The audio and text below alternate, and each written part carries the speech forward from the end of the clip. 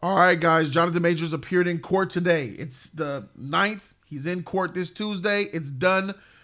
Let's talk about it. So Jonathan Majors appeared in court and he was on the TV screen. He wasn't there in person. He had his like beige shirt on. He was in front of a white wall and he was just doing his thing. And, all he said was, yes, ma'am, no, ma'am, basically to the judge's orders and prompts and stuff like that. He really didn't speak, but he was appearing in court via monitor.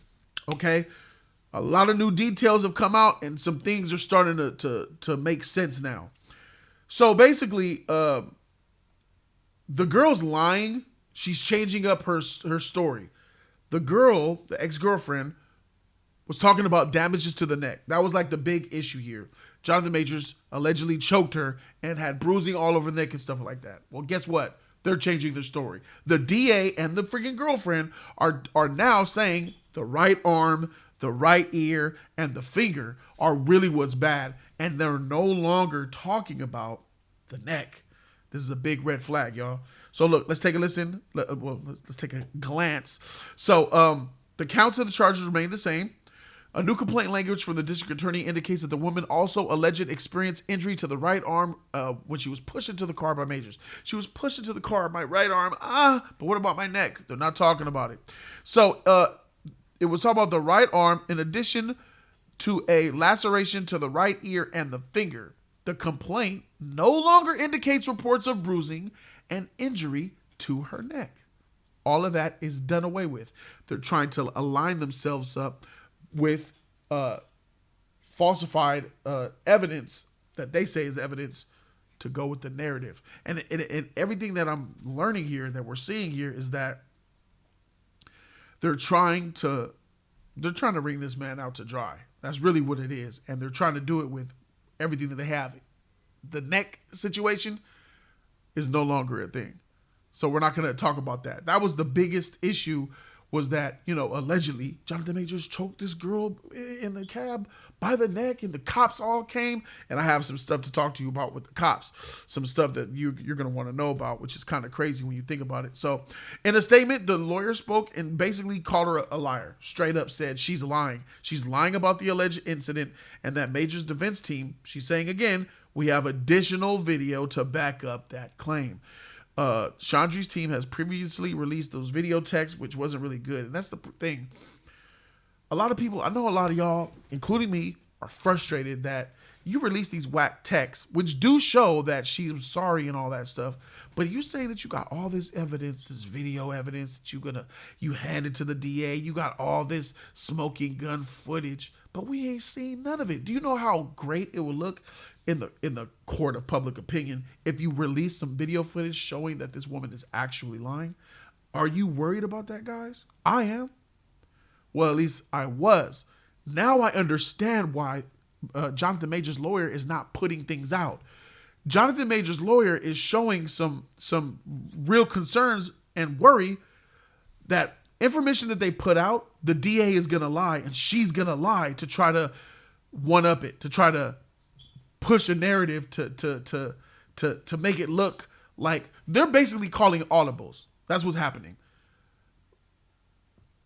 Jonathan Majors' ex-girlfriend, is making things up as they go along. And the more things that Jonathan Majors' attorney puts out there, the more they could basically see the defense and try to make up a play.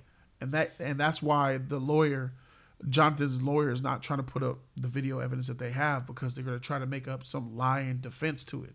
So I that's what the lawyer, she shared that was a worry of hers, because basically Jonathan Majors' lawyer is being really candid and saying they're scummy, the DA is dirty, she's lying, and they're just basically doing whatever they do. And they're calling, look, a witch hunt against Jonathan Majors, driven by baseless claims instead of dismissing the allegations in the face of the woman's clear lies.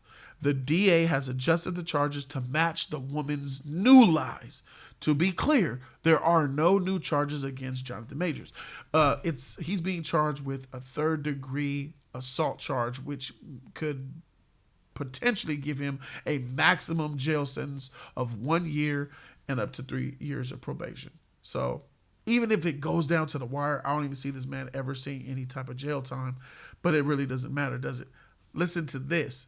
Here's something that really bugged me. So, they talked about the incident that Jonathan Majors had once the police came and some of the things that were said. So, she says, now we've obtained more video evidence of his innocence, but we're hesitant to share it for fear that the DA will tip the woman off to change her story again. That's crazy, y'all. The criminal justice system is saturated with explicit and implicit bias. When Mr. Majors showed a white police officer the injuries the woman caused him, the white officer got in Majors' face and taunted him, saying that if I was to slap you, I wouldn't break my finger. This is what the officer told Jonathan Majors. None of the white officers present investigated the assault of Mr. Majors. Worse, the district attorney has not indicated any intentions to pursue charges against the woman or even investigate the truth. That's real tough, man. That's real tough. The fact that the cop came up to him and said, if I was to slap you, I wouldn't hurt my finger. So what you saying? Bro, I'm the one that called y'all. I'm showing y'all damage on my face. They didn't even want to see it. The cops didn't even want to see the damage to Major's face. They didn't want to hear his story. They instantly believed her.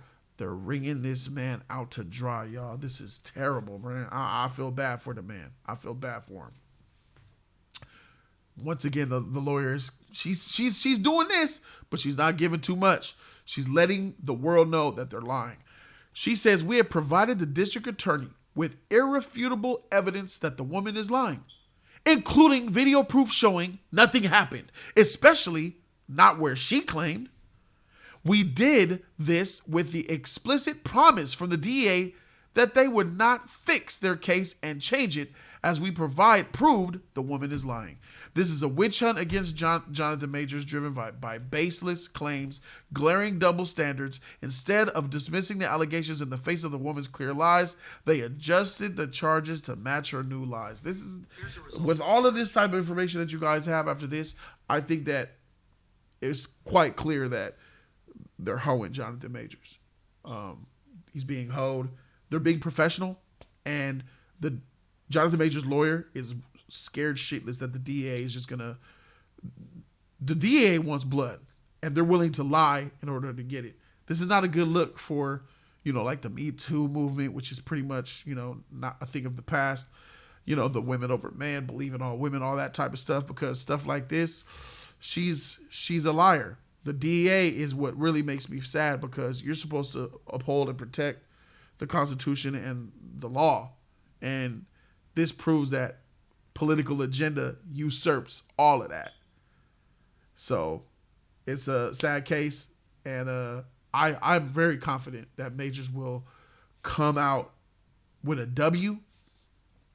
But my problem is that, the damage is done, too much damage to his career. I'm worried about that. Even if he proves his innocence, and she's proven to be a liar, bro. She's proven that she made things up. The DA is scummy, and they had some very shady tactics. Even if all that is proven and is put out there for the public to see, at this point, the damage is already done. Guys, let me know what you guys think about this case. Thank you guys so very much for watching. Subscribe to the channel for more of the content. I'm Jody Joe, and I'm out this thing. Deuces.